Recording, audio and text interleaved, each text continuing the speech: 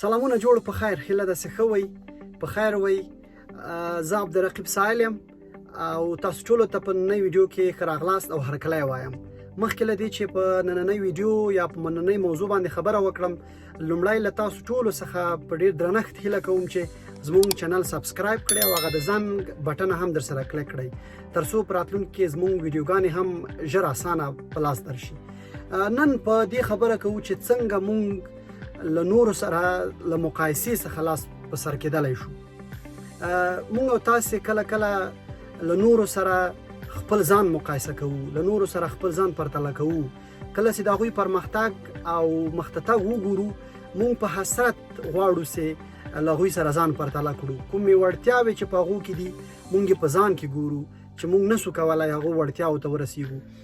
موږ د مستقلو انسانانو په توګه دا باید په ذهن باندې ومنو چې زموږ وړتیاوې، زموږ استعداد، خویونه او چلندونه ټول فرق کوي. موږ هم ځانګړي استعداد لرو، موږ هم ځانګړي عادتونه او ځانګړي وړتیاوې لرو چې نور را سره غواړي ځان پرتله کړي. خو او نور هم همداسې ده، هغوی مختلفې وړتیاوې لري، هغوی مختلف استعدادونه لري، هغوی ځینې ښه عادتونه لري، هغوی ځینې بد عادتونه لري. نو دا باید په ذهن باندې ومنو چې موږ د مستقلو انسانانو په توګه هر یو مختلف عادتونه لرو، مختلفې ښېګڼې لرو، مختلفې بدګڼې لرو. له همدې امله کله کله موږ پرمختګ کوو، کله نور پرمختګ کوي.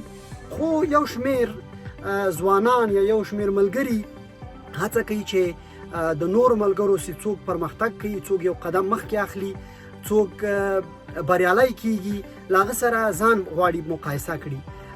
له همدې امله دی له ستونزو سره مخامخ کیږي، دته تشویش پیدا کیږي، دی په یو داسې خیال کې ځي چې کله کله دی د ماتې احساس لري، د زړه تنګون احساس ورته پیدا کیږي، د کمترۍ احساس ورسره پیدا کیږي او له همدې امله دی بیا په خپل ځان تمرکز نسی کولای، په خپل پلانونو تمرکز نسی کولای او په خپل راتلونکي تمرکز نسی کولای او له همدې امله نهیلي ورته پیدا کیږي او دا نهیلي بیا د دې سبب کیږي چې بالاخره دی ناکامیږي. په نوې ویډیو کې زه غواړم 4 موارد در سره شریک کړم د دې لپاره چې تاسو له نورو سره ځان مقایسه کوئ، هغه به د دې باعث نشي چې تاسو ته تاوان وکړي، بلکې د دې باعث شي چې تاسو سره مرسته وکړي او تاسو لا ښه او بریالي ثابت شئ. لومړی له بیروني تمرکز څخه په خپل دروني تمرکز باندې تمرکز وکړئ یا بیرونی تمرکز په خپل دروني تمرکز باندې واړوئ. په دې معنی کله چې تاسو په بیرون باندې تمرکز کوئ، افراد ګورئ، اشخاص ګورئ، د هغوی کړنې، بریالیتوبونه، ناکامۍ سنجوئ، د هغې پر ځای ښه دا ده چې په خپل درون باندې تمرکز وکړئ. څنګه خپل باور زیاتولی شئ، څنګه خپل تشویش له منځه وړلی شئ، څنګه خپل اهداف ټاکلی او ورته رسېدلی شئ، کومې وړتیاوې ستاسې په وجود کې دي چې تاسې بریالیتوب ته رسئ، په هغې تمرکز وکړئ، هغه پیاوړې کړئ.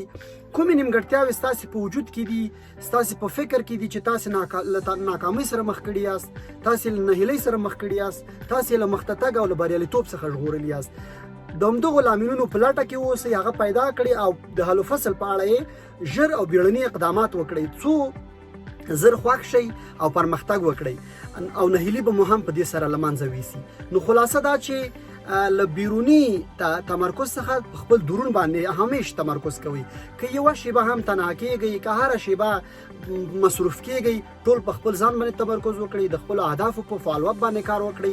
بالاخره به تاسې هغه دا روحیه در سره له منځه لاړه سي چې له نورو سره ځان توپیر پرتله کوئ او توپیرونه سنجوئ. دویم، د خواله رسنیو استعمال راکم کړئ.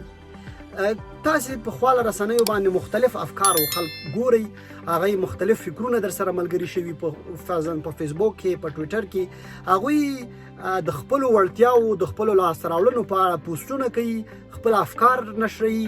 تاسې متاثر کیږئ او متاثر کېدم بیا داسې وي چې غواړئ له هغوی سره ځان پرتله کړئ. که څوک بریالي غواړئ همغه تله کې ځان هم وتلی، او که څوک ناکام وي غواړئ چې له هغوی سره که ځان پرتله کړئ، تاسې بیا یوه ښه لاره پیدا کولی شئ.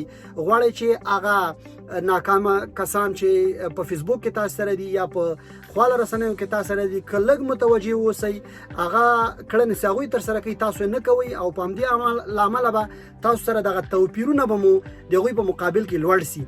له دې امله کله چې فکر کوئ متاثره کیږئ د خلکو له استعداد، د خلکو پیاوړتیاو، د خلکو له وړتیاو، د خلکو له پرمختګونو او بریالیتوبونو، نو وړاندیز دا دی چې تاسې د خواله رسنیو استفاده راکمه کړئ په کافي اندازه د کمیونیکیشن لپاره، د اړیکو نیولو لپاره، د خپل ستونزو د حلېدو لپاره خواله رسنیو ته راسئ، د معلوماتو د خبرونو د اخیستلو لپاره. نور دا وخت مه ورکوئ چې تاسې افراد مشخص کړئ، هغوی وڅارئ، بیا په خپل ځان پکې په هغه تله کې واچوئ. دا تاسې ډسټرب کوي، دا تاسې تشویش سره مخامخ کوي او له خپل پرمختګ څخه مشغولي. دریم، شکرګزاره اوسئ ترڅو له نورو سره د پرتلې هغه فکر مو له منځه لاړ شي. تاسې چې کوم شخصیت لرئ دا همدا کافي دی ستاسې لپاره.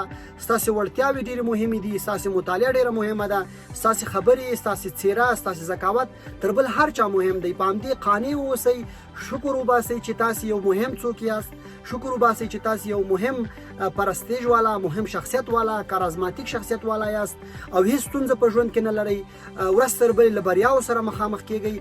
دا که چیرته خپل ځان په همدې ډول وګڼئ نو تاسو ته به د بریالیتوبونو لارې خلاص شي، تاسو ته به د خوشحالیو لارې خلاص شي او لا به پسې قوي شئ، لا به پسې خوشحاله شئ. نور خلک به بیا کوشش کوي چې تاسو ځان پرتله کړي. له دې امله تاسې تل شکرګزاره اوسئ په خپل شخصیت باندې، په خپل جسم باندې، په خپلو افعالو، په خپلو اقوالو باندې، په خپلو روابطو باندې. کله هم چې شکرګزاره اوسئ، تاسې ته به د پرمختګونو لارې خلاصې شي او نور به هم پرمختګ وکړای شي. څلورم، له نورو سره د خپل ځان پرتله کولو انګیزه پرمختګ وبولئ. خامخا که چیرته مو غوښتل چې له نورو سره ځان پرتله کړئ نو هغه انګیزه د پرمختګ لپاره وبولئ. د هغوی ښېګڼې راواخلئ، د هغوی بدګڼې له منځه ویسئ. ستاسې فرضاً یو څوک خوښیږي، هغه ډېر څارئ، د هغه ښه عادتونه راواخلئ، د هغې بیکګراونډ باندې ځان پوه کړئ، د هغه په استعداد باندې ځان پوه کړئ، د هغه هڅې چې دوی د خپل بریالیتوب لپاره کړي هغه وڅارئ او بالاخره په خپل ژوند کې تطبیق کړئ. هغوی څومره ساعته مطالعه کوي، هغوی له چا سره رابطه لري، هغوی له چا سره ناسته پاسته لري، هغه راواخلئ. تاسې هم د هغه په نقش قدم لاړ شئ، څو بریالیتوب سره مخ شئ او څو ښې اړیکې ولرئ. له دې امله به مو پرمختګ وکړئ، له دې امله به مو ستونزې له منځه لاړ شي او له دې امله به بریالي هم شئ. ډېره مننه، تر بیا ښې چارې.